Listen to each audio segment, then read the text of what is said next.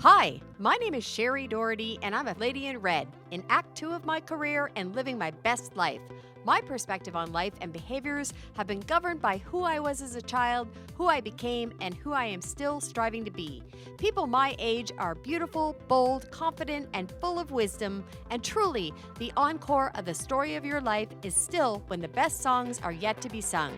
My mission in this podcast is to shine the spotlight on people like me, have real conversations about reinvention stories, and inspire you to continue to follow your dreams regardless of your age.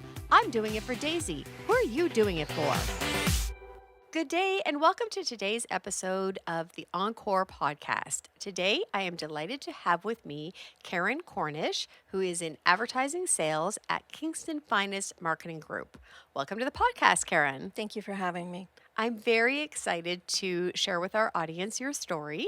You are also in an encore career, and you have had a colorful and twisty-turny past as well, like most of us. I have. And we've made a great connection socially and professionally over the last couple of years. So I'm glad to say that you are in my circle. Thank you. Thank you for that.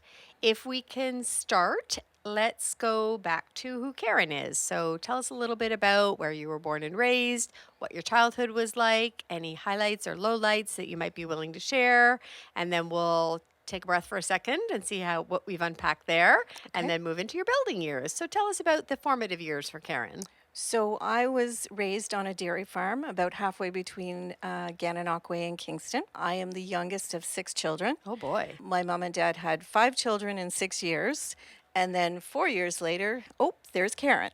So there's a little bit of an age spread between the oldest and the youngest, and we've all managed to stay very close. Great. Highlights growing up, living on a farm, just being able to run wild and, go outside and play, things like that. I was particularly close with my mother. And so I was the daughter who, I didn't go to the barn so much. I did when I needed to. I did the chores as needed to, but I was more the one in the house helping mom with the baking and the cooking and the this and the that type of thing. Right. And I still enjoy all of that. That was my childhood. What year would this have been? So I was born in 1965. Okay, so just a couple years before me. Yeah, so I'm 57 now, and all of our lives took very somewhat different directions. I think mine in particular took a different spin than some of my siblings. I think you'll find that my story is a little bit different than a lot of people that you're talking to on these podcasts. Okay, well, let's jump into it. Now I'm intrigued. Okay, so I know that a lot of the people that you're talking to are, you have their college education and this has happened in this career and that type of stuff. The truth is, and I've carried a lot of shame over the years of the fact that I didn't finish high school. Really? I did not finish high school. I would say I had anxiety, depression, probably from the time I was about 15 years old. Okay. But back then we didn't have a clue what it was. We didn't talk about it. We didn't, I just remember sitting at night on the bed, knowing I had to go to school in the morning and just crying, that type of thing. And it wasn't handled well, but nothing was around mental health in 1979, 78, 80. In that time frame. I'm very proud of myself in the fact that starting from very humble beginnings and without a lot of education, I think I've done really well to build the life that I have. Fast forward a couple of years from school, and the rule was you're either going to school or you're working. So I started working when I was like 18 years old. I went and got a job, and that was fair. Mm-hmm. And then my husband and I, we started dating. And I was the ripe old age of 19 when I was married. Same husband today? Same husband today. We just had our 38th anniversary. And it's another interesting bit in that we started to date in July, found out we were having a little one in February. We're married in April, so very whirlwind.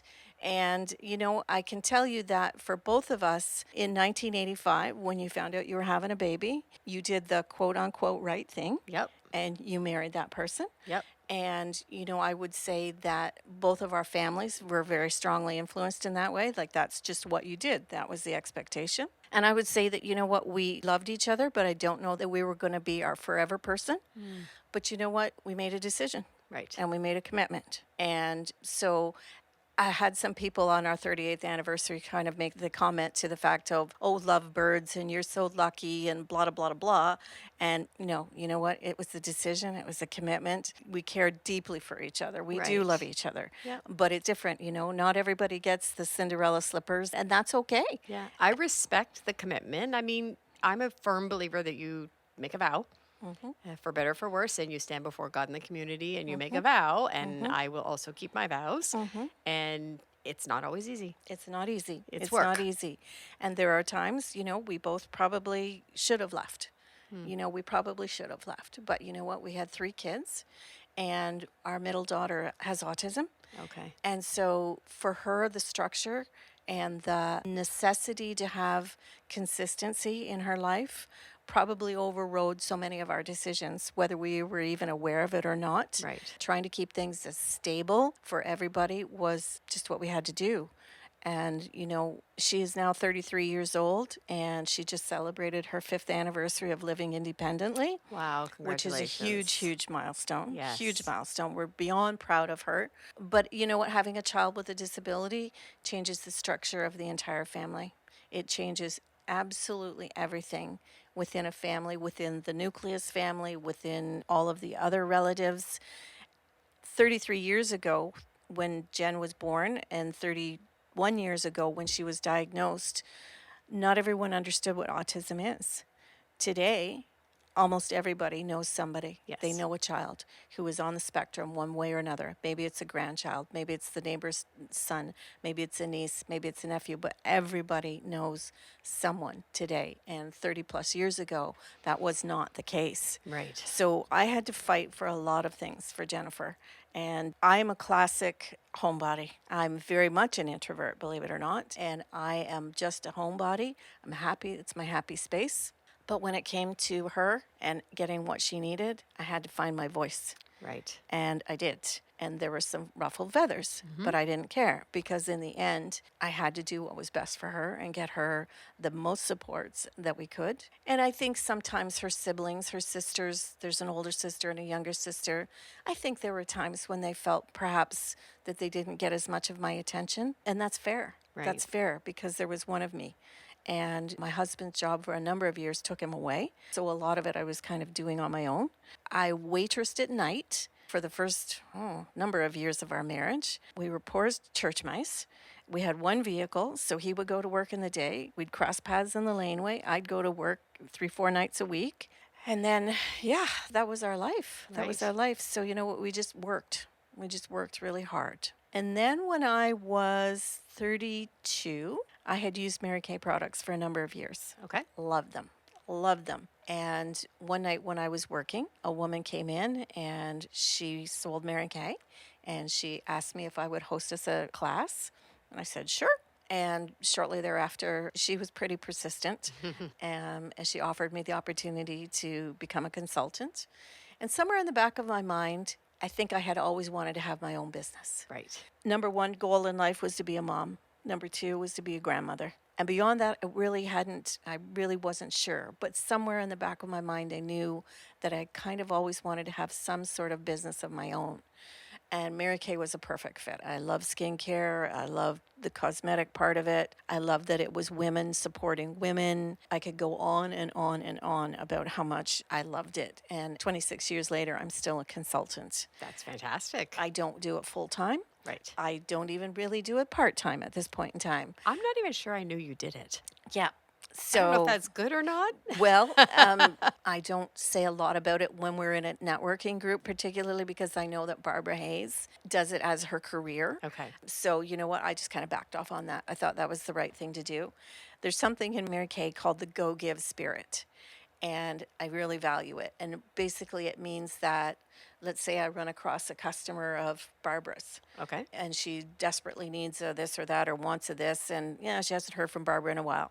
As a Mary Kay consultant, I have to talk to Barbara first and let her know about that. So we don't take each other's customers. We really honor that, the fact that, someone else has put time into that customer and invested in that. If there's a real problem, a personality situation, we'll work through that. And that's different. Or, if it's a family member, that type of thing. But by and large, we're very respectful, and we're taught right from the beginning that, you know what, there are enough faces out there with skin Right. that you don't need to take someone else's customer. That's fantastic. I It is. respect that about the I organization respect and it. you. Absolutely. That's great. Absolutely. Yeah. So I started my business, wearing many, many hats, and very quickly saw that it was what I wanted to do full time, Great. very full time. And I literally jumped in with both feet and did the most training I could do. I absorbed as much as I could. Funny little story, my littlest one, who was 4 when I started, she hadn't gone to school yet. So that was kind of our year of being together when the others had gone, and Right. that was our year. But a few mornings a week, I would send her to play groups so that I could do other things. And one day I picked her up and she said to me, "Mommy, are we doing Mary Kay again today? And do I still have dry skin?" And I literally, I just laughed because I would literally put her around the table, and I would put like a teddy bear and a this and that, and I would practice doing skincare classes, right? That's so beautiful. And yeah, this little girl with these beautiful curls and these ringlets, and that's what she said, "Mommy, are we doing Mary Kay today? And do I still have dry skin?" So I thought, okay, all right, maybe need to change some tactics here. But so I did. I was a consultant for 6 years. Then I made the decision to promote myself to a director. Okay. First thing was I was working on National Court of Sales, which is a very, very high sales target within the company. I set my sights on that. And then I wanted a free car. Okay. I wanted a free car. Before I even wanted director, I wanted a free car. So set myself on that path. And then I promoted myself to director after 6 years of being a consultant. And I remember the night that it really twigged for me. I was at a meeting, and as I said before, I'm not so much of a classroom person. Doesn't mean I'm not intelligent, because, I am. But I'm a show me and teach me, and then I'll do it myself person. And I remember sitting in a training meeting, and the person who was my director at the time showed us exactly the difference in the paycheck between a consultant and a director. And as she's writing it down, I'm thinking, okay, well, I'm already doing A, B, C, and D, and I'm making this much. So if I just added in E, F, and G, you mean I would make like 3 times the amount of money, essentially. Right. Light bulb. Light bulb. Light bulb. And I don't know to this day if she knows the impact she had that night, but I physically saw someone put it there, and it was like, now I get it. So that was what made me make the decision. Becoming a director was probably one of the largest, most important accomplishments in my life. I didn't have a senior prom. I didn't have a high school graduation. I didn't have a college graduation. Right. So becoming a director for me was all of those things wrapped into one. And I remember being on a training course shortly before I became a director, before it all hit. And the guest speaker, he's someone who's published books and this and that. And I kind of told him my story. He said, "What you're doing right now, becoming a director," he said, "this is your college education." Beautiful. Yeah, because you're learning finances, you're learning how to work with different people, you're learning business skills, you're learning how to speak with people, you're learning so many things. So I treasure that. I'm always going to be proud of it. And I think one of the things I'm most proud of in that scenario is there was a woman here in the Kingston area who was becoming a national sales director. Okay. Which is a big, big feat. And it requires a lot of new directors to come into her group. And I remember sitting again at a training, and I'm thinking, okay, so she's a professor of nursing, and this director is a finance grad, and this one's a this, and I didn't finish high school. Good for you. You should have been so proud to be in that room. I was. And so once I shared my story with all of these other ladies, it was like I opened a door. It was like I opened a door and let others who perhaps didn't have the education or the self-esteem or the belief in themselves that, you know what, I could never do that.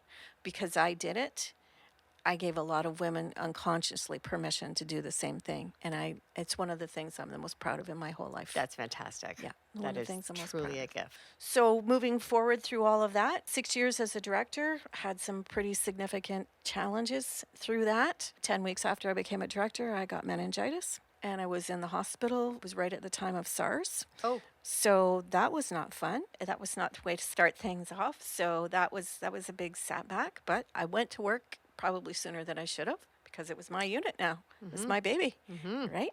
A couple years after that, my mother died quite unexpectedly. And she and I, as I said, were extraordinarily close. I'm sorry. So that just threw my world into a spin as I was trying to maintain my business and trying to help my daughters cope with the loss of their grandmother and trying to somewhere deal with my own feelings and all of that.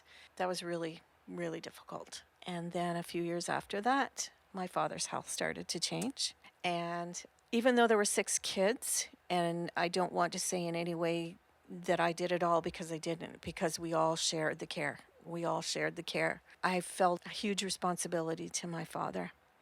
He and I had not been close growing up. We had not been close as a child or as a teenager. But it was almost like when I became a mom and a young woman, it was almost like we made a silent pact that was then and this is now. Nice. And so it was like we moved forward in our relationship. And then after my mom passed away, my father and I became very, very close. And I was the only one of the siblings at that point in time who was self-employed. So I had a little bit more flexibility in my schedule to take him to doctor's appointments or this or that or the other thing. There were times it was a bit of a challenge, but I don't regret a single moment of it. Good. And then, of course, as I said, his health took a turn, and just a few years later, he passed away. And in the midst of that, I just knew that I had no more to give. I had no more to give. I had girls who needed me. I had my dad's situation happening. And so I resigned my directorship during that time. One of the hardest things I've ever done. Still hurts. Yep. Still hurts, because it was such a major accomplishment and a major goal for myself. But there was only so much of me. Yep. And Mary Kay was wonderful about, they understood, and they, yes, there's quotas and this and that. They were wonderfully supportive, but it's still in my own mind. I just didn't have any more to give. So You can't pour from an empty bucket. nope. And at that point in time, Jennifer was also getting to the point that she was transitioning from high school to who knows what. Right? And that was a big thing to try and figure out as well. The best thing that we ever did was we got involved with community living, and they literally came to the high school the year before that she was going to graduate, and we started making plans for what's life going to look for Jennifer after high school. And she's still with them to this day. Great. They have been a fantastic resource for our family and our life. And I am actually on the board of directors for community living. Good. Gananoque and Kingston amalgamated, I'm going to say about 8 years ago. And at that point in time, I was asked if I would be on the board, sort of as the voice for Gananoque and the, hey, folks, we're over here too. It's not all just Kingston. And so I've taken that role on, and I value that. In going through a lot of what I did with my father, I developed a real keen empathy for seniors. Okay. So I'm also on the board of directors for CPHC, Senior Support Services in Brockville. Great. So volunteering is something that's huge to me.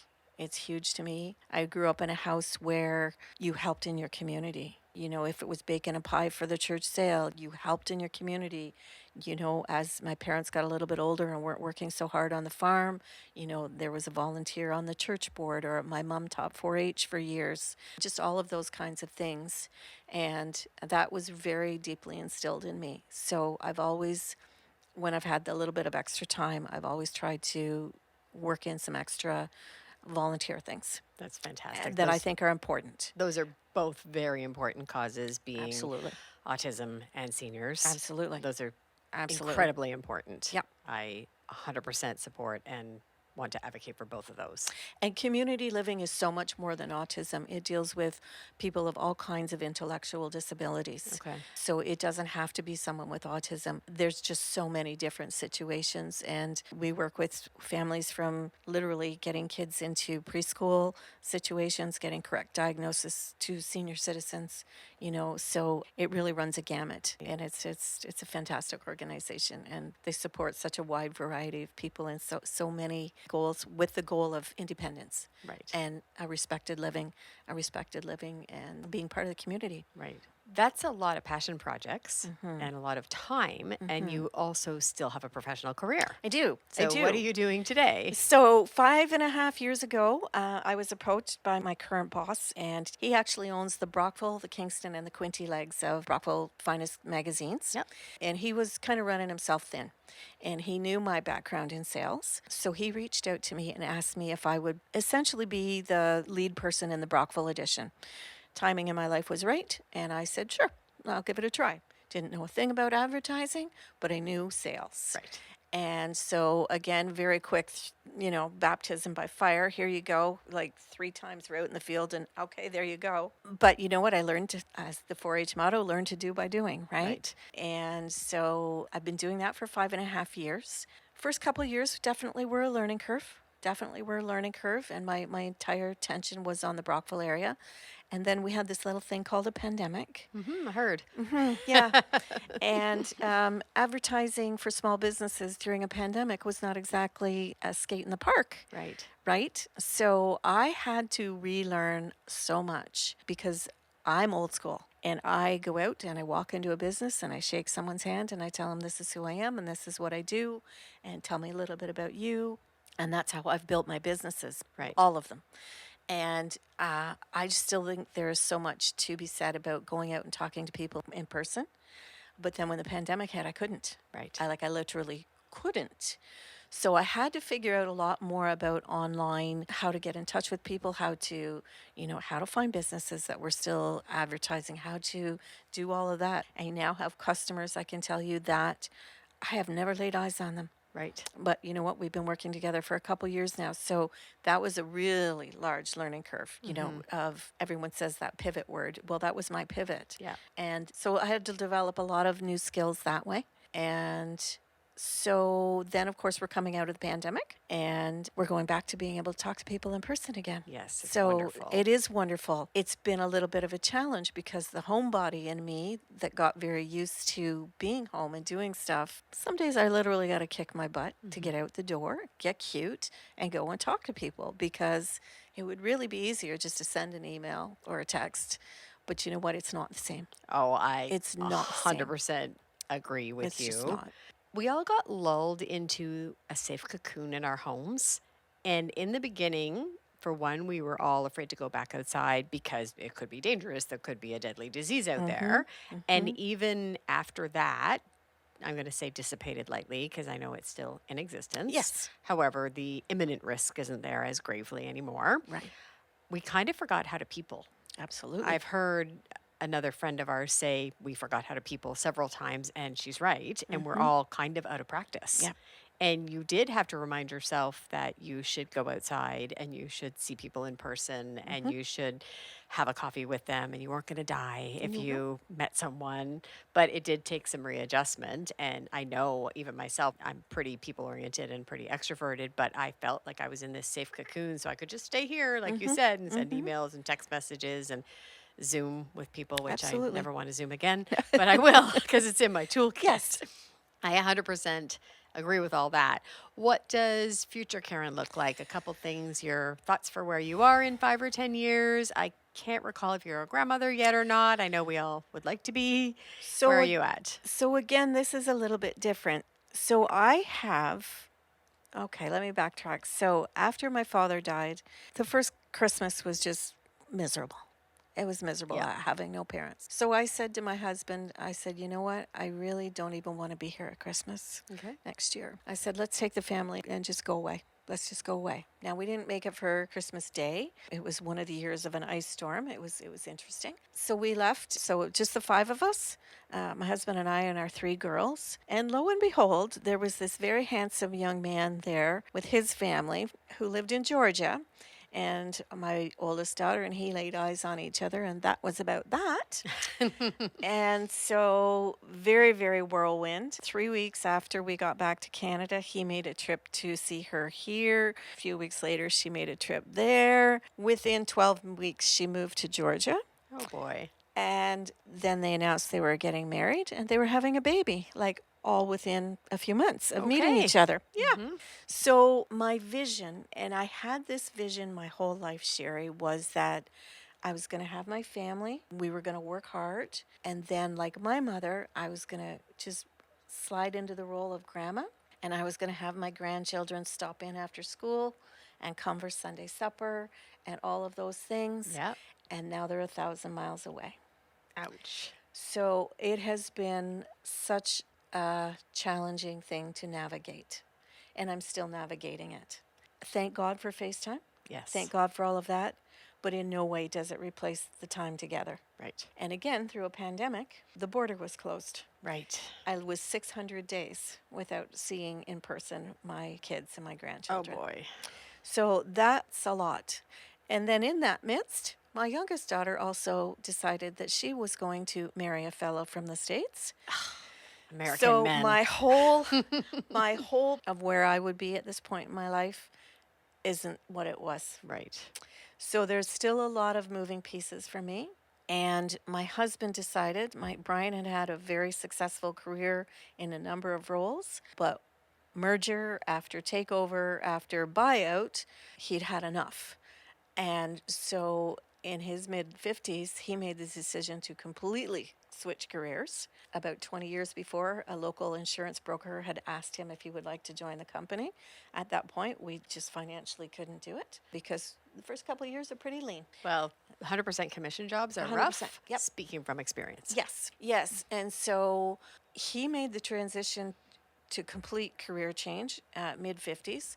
We're dealing with kids who aren't here that we thought were going to be here, grandchildren who aren't here that we thought were going to be here, financially having to change a lot of things because really for the first couple of years, we lived on our savings. Right. And all of that. So financially, we're getting there.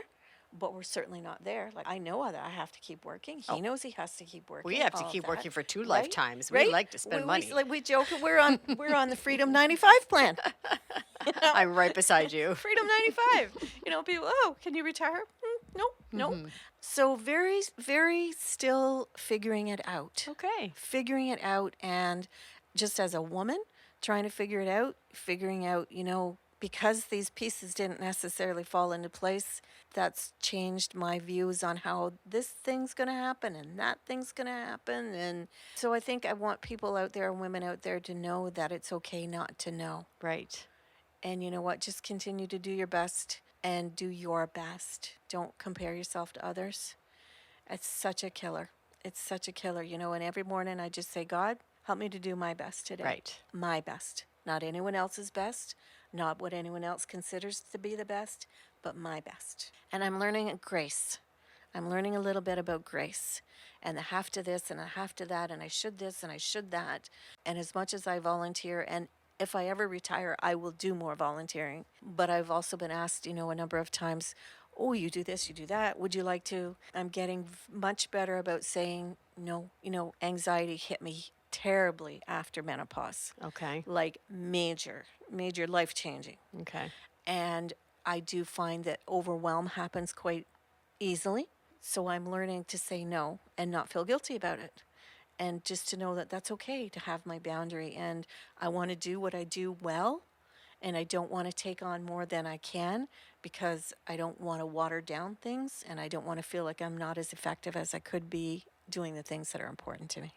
That's beautiful and such wise words. I will remind myself, actually, and I'll remind all of our listeners, I love that you said, do my best. So just mine. I don't have to run anybody else's race. I don't have to accomplish anybody else's goals.